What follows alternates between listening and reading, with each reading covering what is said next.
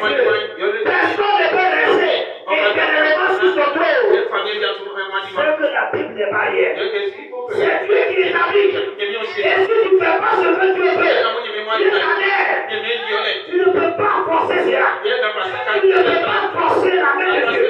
Tu ne peux pas changer le destin de Dieu. Dieu règne. Et l'homme se soumet à Dieu. Dieu règne. Et l'homme se soumet à lui. Dieu règne au-dessus de tout le monde. Païens non chrétiens.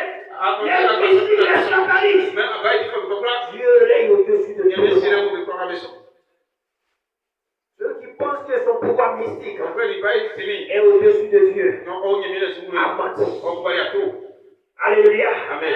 C'est pourquoi je crois en Dieu. Et je suis fier de mon Dieu. Parce que s'il est avec moi, tu ne pourras pas contre moi. S'il est avec moi, tu ne pourras pas contre moi.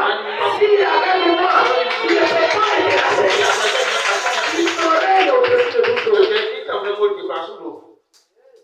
Alléluia. Amen. Il dit mon fils, regarde tout pays. C'est étonné. Personne ne peut t'arrêter. Comment Dieu parlait de disait ça? Je ne savais même pas où on va implanter l'église. Et les mystiques travaillent, les sorciers travaillent, les marabouts travaillent. Pour qu'on soit chassé de ce village. Pour que le ministère ne soit pas installé. Mais ça peut servir à Dieu. Vous êtes en train de nous fatiguer à bas. Lui, il est amour. Il suffit de donner l'ordre. Tout rentre dans l'ordre. Les choses changent avec le temps. Quand Dieu a parlé, quand Dieu même a décidé de se lever et d'agir, l'œuvre a été installée sans même qu'on s'en rende compte. Tu n'as pas dit amen. Dieu règne. Et son règne n'a pas de fin. Il bâtira son temple. Parce que c'est lui qui règne.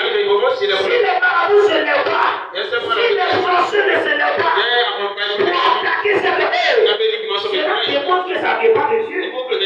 Mais s'ils attaquent, s'ils se lèvent pour agir, pour s'opposer, pour dire on veut ce lieu, faut quitter là.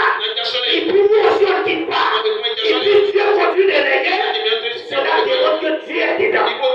Dieu est dedans. Il règne. Et c'est sa décision qui s'accomplit toujours. C'est sa volonté qui s'accomplit toujours. Alléluia. Amen.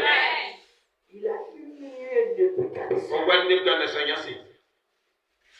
C'est vrai.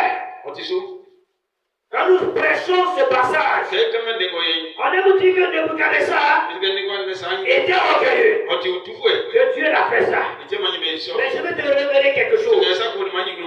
Dieu dit à Nebuchadnezzar que c'est lui qui établit, c'est lui qui enlève, et il donne le pouvoir à qui il veut. Ce message de Nebuchadnezzar, c'est le message à tous les rois de la terre. Quand tu dois savoir que si Dieu veut t'enlever, il va t'enlever. Tu n'as pas dit amen. Il n'y a pas quelqu'un qui est plus fort que Dieu. Il n'y a pas quelqu'un où on tape le patrie. Dieu n'a pas encore décidé. Il y a un roi encore. Du nom Hérode. Hérode régnait. Hérode terrifiait le peuple de Dieu. A commencé à décapiter les apôtres. A décapiter la tête de Jacques. Il a mis Pierre en prison. Il était un peuple de Dieu. Dieu a envoyé son ange pour faire sortir Pierre de la prison. Mais qu'est-ce qui va lui arriver? Il était fier. Il était orgueilleux. Il est assis sur l'eau. Il a organisé la fête. Oh, ils sont en train de fêter. Il était content. Le peuple a commencé à crier. Le peuple a commencé à l'ovationner.